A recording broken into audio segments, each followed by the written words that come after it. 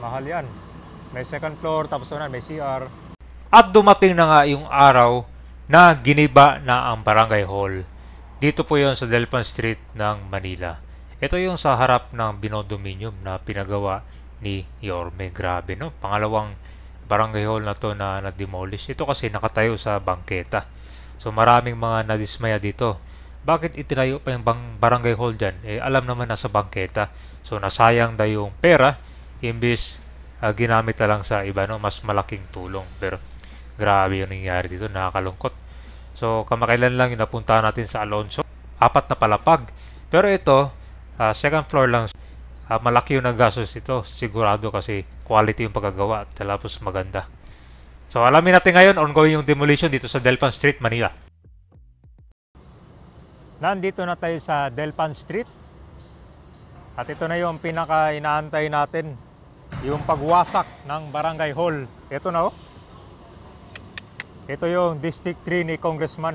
Nangyari na. Sayang ka ba yun, no? Milyon niya nagastos siya. Kailan lang, pinunta natin to nakaraan yata. Ginikuan pa.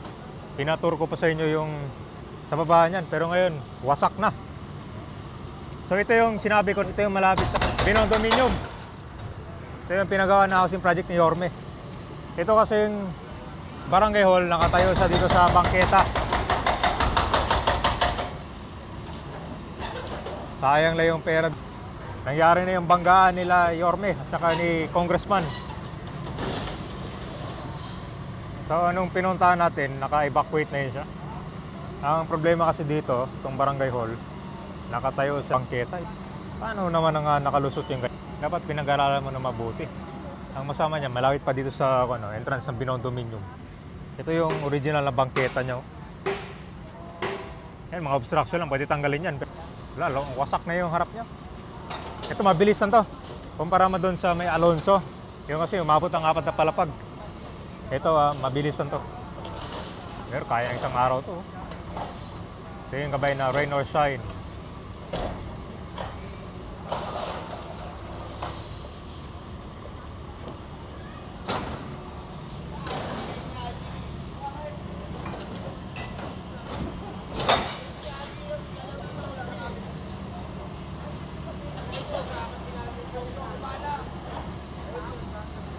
Gaano kayo nagastos nito? Nakapaskil pa yan sa pangalan ni Congressman, ngayon wala na. Yung inaasak na lang.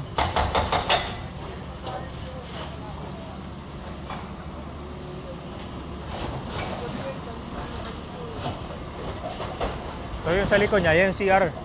Papuntang CR na yung ginigiba.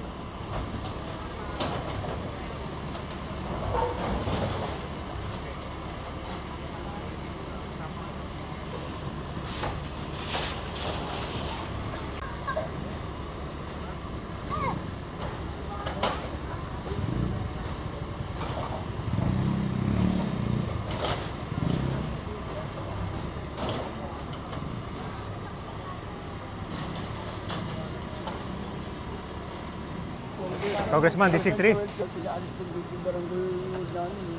Dati sir, yung barangay nyo nasa loob? Nasa likod ng Binondo? Oo, nandun sa Binodominium. Tapos nagpatayo ka dito sa labas? Oo. Bakit nagpatayo pa sa labas sir? Maliit ba doon? Sa kanila. Ayun nilang binayad na. Kung pinigay na lang pera niya sa taong dahil. Oo, di ba?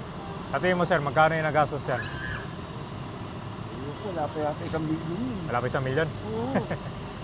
Ang balita ko, 6 million ba yan? 6 milyon? Kasi barangay pa lang. Yung barangay hall nyo sir, nalipat na doon? Ayan, papunta sa kaliwa sa ring kalsada. Bali yung isa sir, isusunod din yun sir. Yan yung pinakaunang barangay nyo? Yan, dati yung araw pa. Yung barangay namin. Lumipat sila ron. Lipat sila ron. Oo nga, may barangay pala sa loob. Ng guardian. So ito sir, parang 1, 2, pangatlo to. Ay, pang-4. Saka iba po kung anong purpose nito kasi Sabi yun. may barangay na naman kami, ba't pinatayo ka naman? Nasa Binodominium. Harap harap pa ni Yorme oh. Sa kalsada kasi, ito kasi walang tabiran. Bakit nagpatayo pa sila ng barangay hall dito? meron din palang ibang part ng barangay Tukabayan eh. Sabi daw, yan sa loob ng Binodominium. Tapos ngayon, naghanap sila, nandun na sa, meron na bagong pwesto to. Bakit kailangan pa magtayo pala nito, no? Sabit na pera yan, sigurado. Pero ang palang nito, sayang daw. Dapat na lang daw ginamit sa iba. Ano mahal to. Estimate nyo ba kung magkano nagastos niyan? Malaki to, hindi lang to, hindi to budget meal. Mahal yan. May second floor, tapos na may CR. Tapos parang 4 na office yata. 1, 2, 3, 4 o 4. Kasama na yung second floor.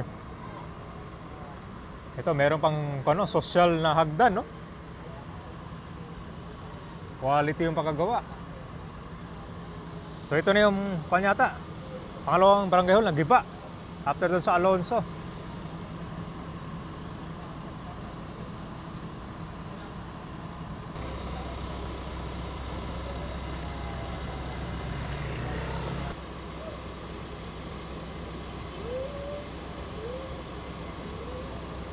Bangketa niya ito, may katabing bahay. Merong puno.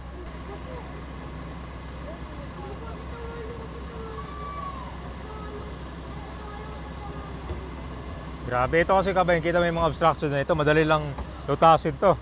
Pero ito kasi hindi porket merong obstruction yan dyan, eh tatayuan nyo na ng barangay hall, no? Grabe, oh. Ano sa inyo kabayan? Matindi ba ito? Pangalawa pa lang yan, ha?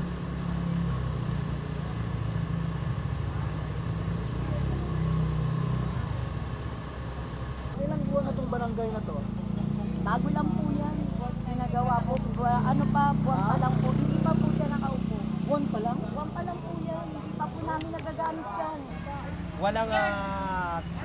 Walang DPWH, illegal obstruction. Yan. Madami. Lahat ng violation nandiyan na. 16 million daw. Ikaw ba maniniwala ka 16 million yan? Kasi yung kabila, 19 million din eh. Hindi naman. Ewan ko kasi yun nasabi. Di ba? Pero yan, wala. Sino mo ang pango? Ang nipis, yung ang nandun, makapal eh. Parang sa issue nito, baka dos lang to.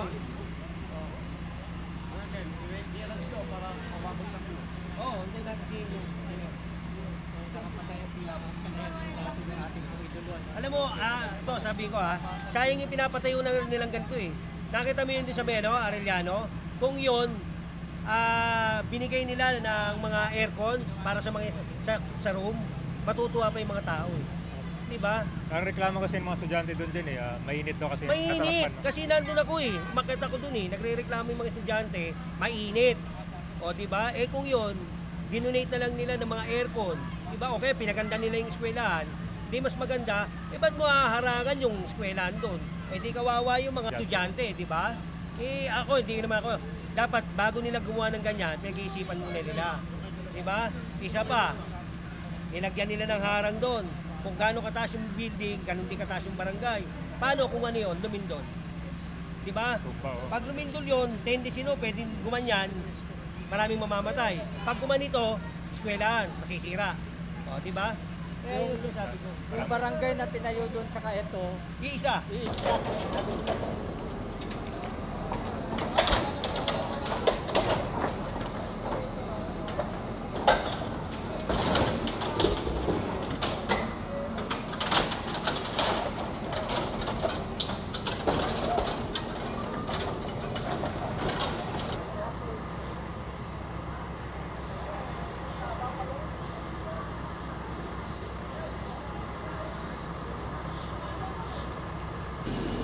kaya naglalay.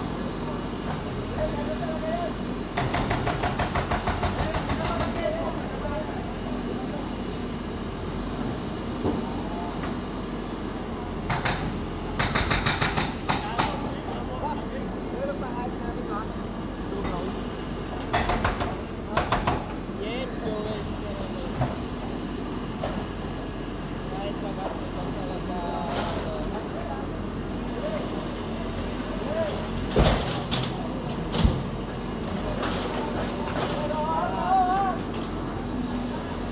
Atras.